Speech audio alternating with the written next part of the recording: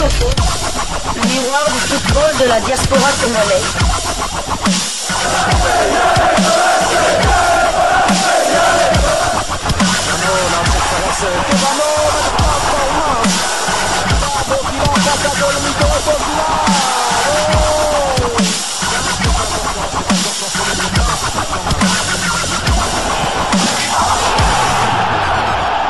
Disco Foot, le miroir du football de la diaspora congolaise. Vous êtes sur Diasco Foot, le miroir du football de la diaspora congolaise. Diasco Foot vous dit bonjour, tout le plaisir est pour nous de vous retrouver, mais surtout de savoir que vous êtes nombreux en train de suivre votre chaîne YouTube dédiée uniquement aux footballeurs de la diaspora congolaise.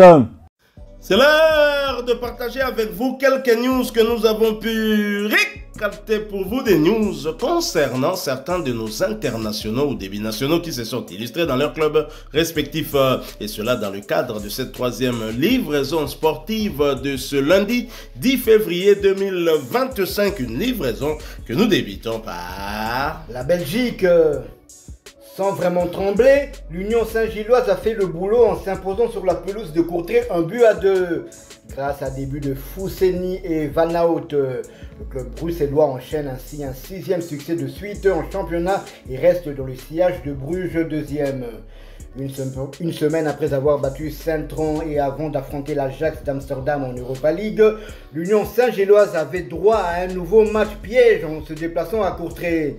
Pour l'occasion, Pocognoli devait se passer de Castro Montes, Teclab et Bouffal. Sans surprise, l'Union dominait le début de la rencontre. Il n'est passé loin de l'ouverture du score via Sadiki à la 19e.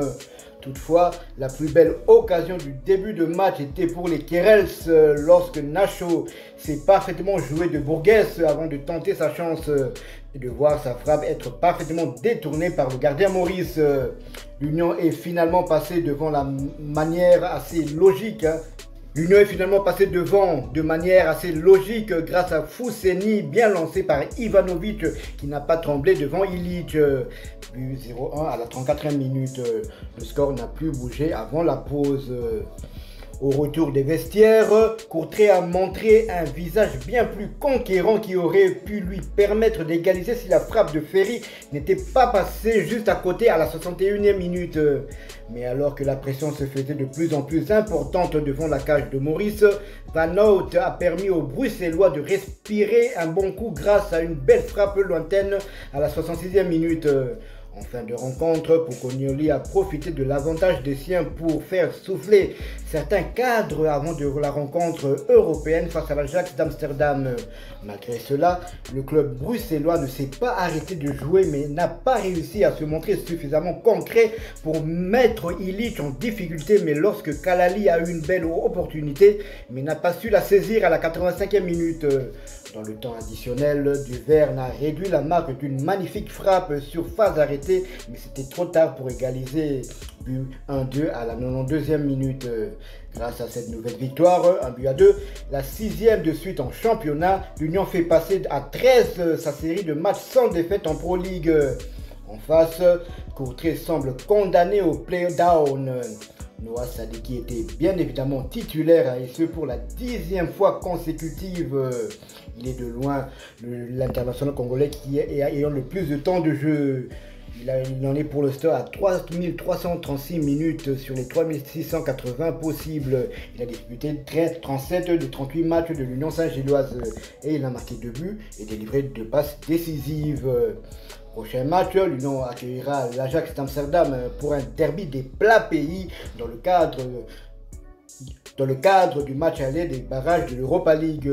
Toujours en Belgique, match nul entre le Berscott et le Sporting Club de Charleroi. Score final, 1 but partout. Isaac Mbenza était titulaire avant de sortir à la mi-temps. Son temps de jeu cette saison est de 997 minutes sur les 2499 possibles. Il a disputé 25 des 26 matchs du Sporting de Charleroi. Il a inscrit 2 buts cette saison. Charleroi est 8e de Jupiler Pro League avec 33 points. 9 victoires, 6 nuls et 10 défaites. 30 buts marqués et 28 encaissés.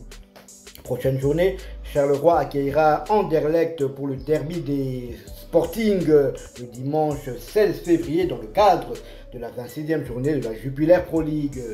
Nous quittons la Belgique pour l'Italie. En Italie, on jouait la 24e journée de Série B, championnat italien 2e division. L'international congolais Charles Piquel et l'US Cremonese prennent 3 points à domicile. Cremonese a remporté son duel face à l'équipe de Sud-Tyrol. Score final 3-1. Charles Piquel était bien évidemment titulaire avant de céder sa place à la 67e minute de jeu. Son temps de jeu passe à 1148 minutes sur les 2592 minutes possibles. L'international congolais a participé à 20 de 27 matchs avec son club, avec tout de même un but inscrit.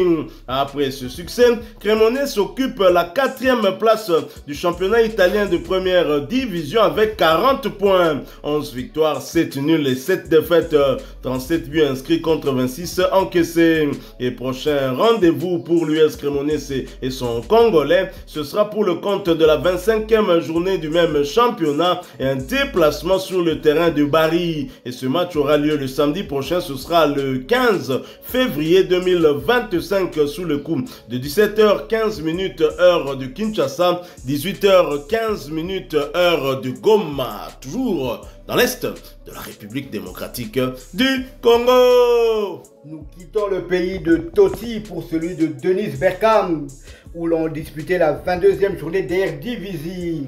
6e match consécutif sans victoire pour le Fortuna Sittard, un nul et 5 défaites. Il s'est fait battre à domicile par l'Ajax d'Amsterdam, score final de 2-0. Samuel Bastien n'était malheureusement pas sur la feuille de match. Son temps de jeu stagne donc à 1438 minutes sur les 2296 possibles. Il a disputé 21 des 24 matchs du Fortuna Sittard. Fortuna Sittard justement est 8e d'Eredivisie avec 26 points. Il compte 7 victoires, 5 nuls et 10 défaites, 29 buts marqués et 40 encaissés. Prochain match du Fortuna Sittard aura lieu le 23 février avec un déplacement à Alkmaar pour y affronter l'AZ dans le cadre de la 23e journée d'Eredivisie. Si Samuel Bastien n'était pas présent lors de cette débâcle face à l'Ajax d'Amsterdam, un autre binational belgo-congolais a fait ses grands débuts en Eredivisie du côté de l'Ajax. Il s'agit de Jordi Mokio qui a été titularisé par l'entraîneur du club Ajaxide alors qu'il n'est âgé que de 16 ans. Il est donc devenu le 2e plus jeune joueur à débuter une rencontre d'Eredivisie pour l'Ajax d'Amsterdam.